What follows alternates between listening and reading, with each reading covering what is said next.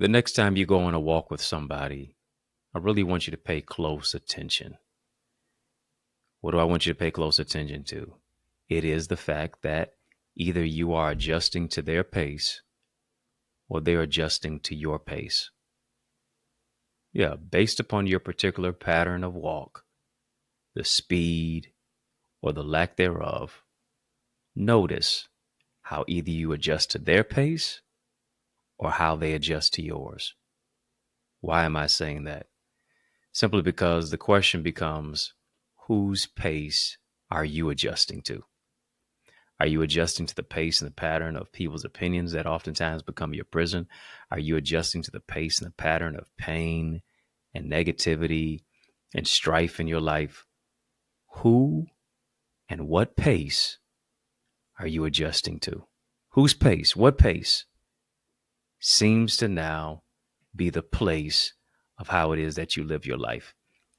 You've got to get to the particular place in your life where you say, listen, I'm not going to adjust to anybody else's pattern. I'm only going to adjust to the pattern of my purpose. Whatever it is that God has outlined and detailed for me to adjust to, that's how I'm going to live my life. From a place of that which is moving me abundantly and expediently. I'm not going to go faster than I need to go. I'm not going to go slower than I need to go. I'm going to stay lockstep in rhythm, in sync, and in cadence with where I need to be for the purpose and the pattern and the pace of where I need to be as well. And this is what it's all about.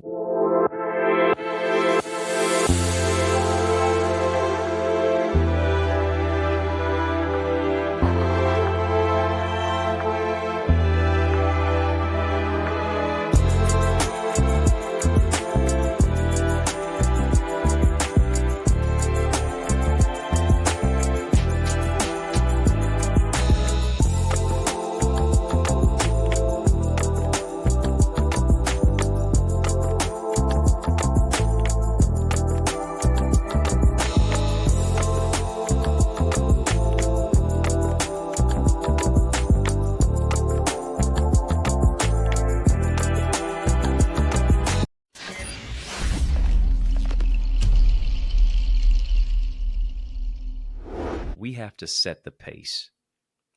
Stop adjusting to everybody else's pace. People are upset because you won't do what they want you to do. People are upset because you won't adjust to the pace of their agenda. They're displeased. They have displeasure. They have disdain about it. That's fine. You're not living for them. You're living for the purpose of what it is that God gave you to accomplish, to fulfill. You're not created to fulfill their purpose. They're not created to fulfill your purpose. You are specifically designed with a purpose in mind to fulfill your purpose. What pace are you at? For some of us, our pace is too slow. And because our pace is too slow, we're always lazy. We're always lackadaisical. We're always lethargic. We're always lagging behind. Why? Because our pace and our pattern is off. Now it's time to push it to the limit. Now it's time to push it to the greater brink. Now it's time to move exceedingly and really now move into the place of abundance. Now's the time to accelerate, to go from 0 to 100 real quick. It's a season of all gas, no brakes. Why? Because you have to redeem the time. For many of us, we've wasted too much time. We've allowed people to get so far ahead of us. We've allowed certain things in our life to get so ahead of us. We've allowed certain things in our life to lap us. And we've been moving at such a slow pace. For some of us, we've just been in a hurry going nowhere. Busy but not productive. Moving 100 miles an hour. But it's all in a circle. You've been like a hamster on a wheel. Because you've been out of the will of where God wants you to be. It's time to get back in alignment with our divine assignment. It moves us into this particular place of asking ourselves the question, what is it that brings us true fulfillment? What brings you true fulfillment? I'm not talking about fulfilling everybody else's wishes and fulfilling everybody else's demands And when people to tell you to jump, you ask how high. No, that's not what happens over here. That's not what's going to go on in your life. I'm talking about the real true fulfillment of really what wakes you up in the morning without an alarm clock.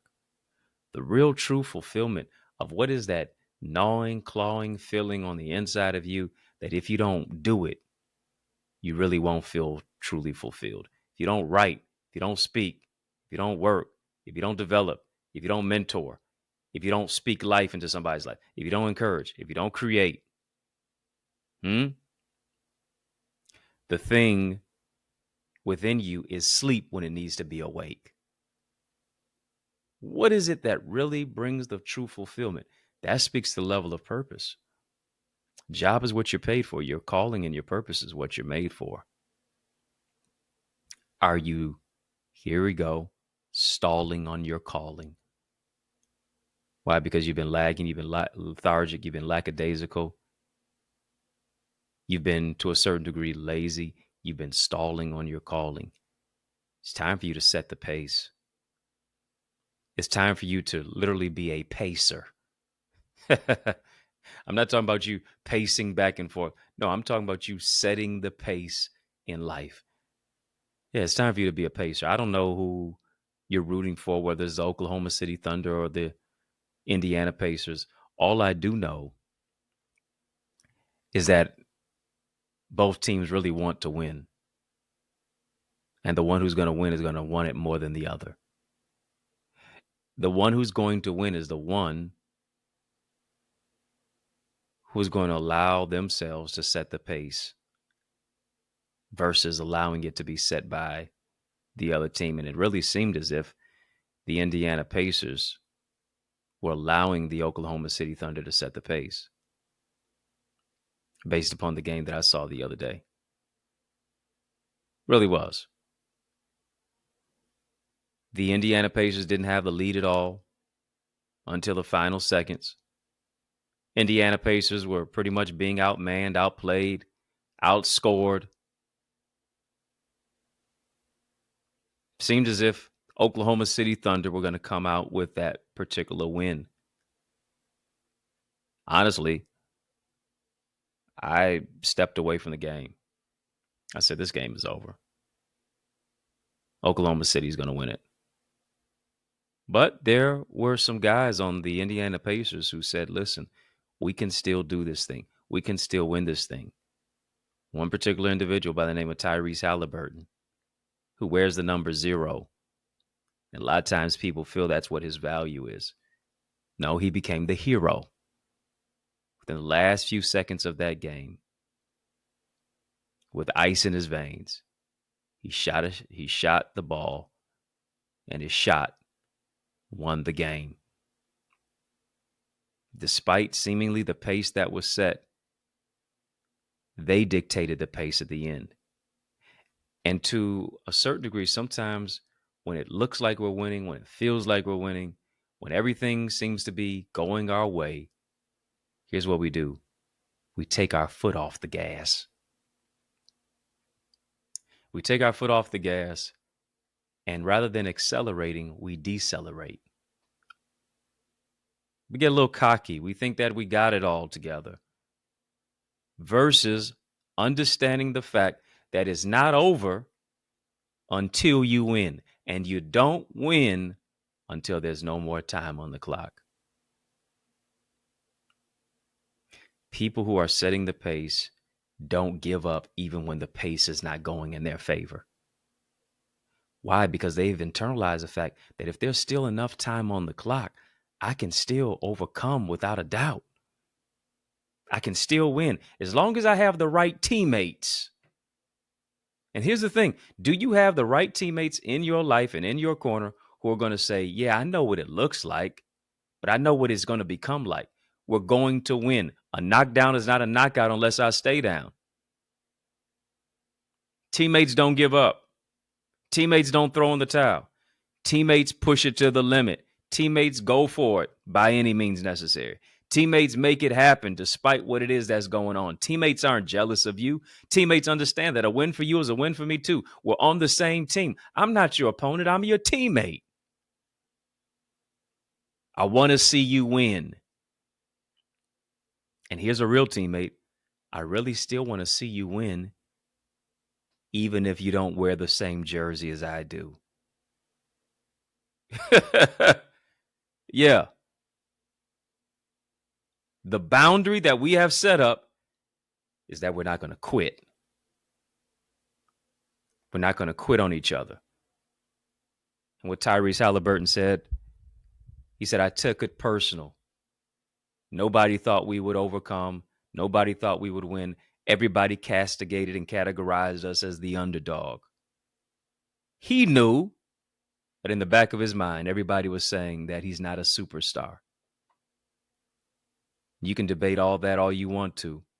Despite his points per game, he does some things that even the statistics cannot analyze and even chart. All I do know is that superstars come in big numbers and in big ways when it's clutch time. How do you show up when your back is against the wall? How do you show up when it looks like it's over for you? Do you bow your head? Do you throw in the towel? Do you give up? Or do you keep trying to pick your teammates' chins up? Picking your teammates' feelings up. Making them believe that despite what it looks like, you can always overcome. There was a college basketball player. He and his teammate had missed a shot, and one of the guys ran over to his teammate and pulled and pushed his chin up. He said, no, we don't do that over here. Despite what it looks like, you're going to have our chin up. Chin up, champ. Let's keep moving. Let's keep growing. Let's keep going. By any means necessary. If you don't have my latest book, this is going to help you to set the pace in your life. Knowing your no. Yeah, I want you to get my book, Know Your No, How to Build Healthy Boundaries and Love Without Losing Yourself. It's a great read from cover to cover. I guarantee you're going to be empowered to recover. You're going to be empowered to build those boundaries and not allow people to run roughshod over you, not allow people to set the pace in your life. But you're going to set the pace and allow people to adjust.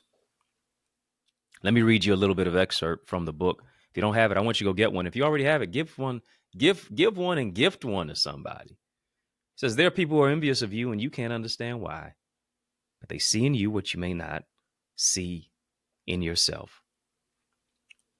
They don't want your struggle. They want your strength, not realizing that your struggle made you stronger.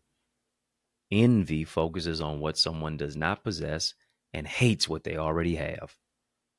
People want what you have, but they don't want to become who you became to get it. A lot of people envy you, but they could never endure what you had to go through to become who you are today.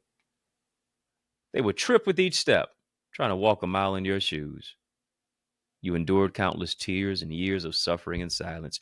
You endured a myriad of sacrifices that would have made anyone miserable. By God's grace, you persevered through the process. And here it is. Sometimes you got to take the process personal and persevere by any means necessary. I heard what you said. I saw what you did. I'm taking it personal and I'm using it as steam to power my dream. I'm using it as fuel to focus and develop a fire for my faith. Going to aspire higher. And that's what it's all about. Go ahead, get my book. It's on Amazon right now. Yes, go get it. You can also get signed copies at my website, EddieConnor.com/know your no. I guarantee you, my book is going to empower you to grow. Yes, it's going to empower you to grow. It's going to empower you to go to another level. It's going to really set the pace in your life so that you overcome and that you shine and that you aspire higher by any means necessary. And it's very necessary that you go ahead and get my latest book. I also want to encourage you to go ahead and become a member of my Eagles community. If you really want to elevate your leadership, if you really want to build healthier boundaries unapologetically, that I want you to join my Eagles community. Here's what you're going to receive. You're going to get great coaching, going to get great content, courageous conversation, but even most importantly, you're going to be empowered in our community. You need a community to grow. And my community is the one that's going to empower you to soar to another level. Don't miss my weekly sessions. I want you to enroll now, join now by going to the Eagles, theeaglesacademy.com, going to theeaglesacademy.com. When you get there, tap the join now button, fill out the form. I guarantee you're going to be transformed. Once again, theeaglesacademy.com. I can't wait to see your face in our digital space. Soar with us into greater success and purpose. Is yours truly, Dr. Eddie, your main man, 100 grand. Hit that thumbs up button on this video. Hit that like button. Hit that subscribe button. I've been growing your greatness. Help me to grow our channel for change, our channel that creates change, our channel that breaks change. It's your brother from another mother. Yeah. Family has been fun, but you know, brother, got to run. So I want you to know it's been a privilege and a pleasure, a treat and a treasure, a joy. Yeah, it has been beyond measure. But I want you to remember to keep the faith and believe it's going to be bigger, better, brighter, peace, and a whole lot of love. Keep soaring higher. I want you to go ahead and get your hands on my new book, Know Your No. It's all about how to build healthy boundaries and love without losing yourself. Boundaries are not limitations. Boundaries are for liberation. You're going to find a way to unbox yourself. You're going to find a way to really love yourself and to move into a place of emotional regulation, to stand your ground, to draw a line in the sand, stand 10 toes down on it. Don't do the electric slide. Don't moonwalk away from it, but really stand wholeheartedly down on what it is that you say. It's for your protection. It's for your self-care. Moves you into a greater place of self-awareness and emotional regulation and developing your mental health and creating boundaries so that you can abound to a new and a greater level. Go right now to get a signed copy at EddieConnor.com. EddieConnor.com. And then, of course, you can also get it on Amazon. Go and get the book right now.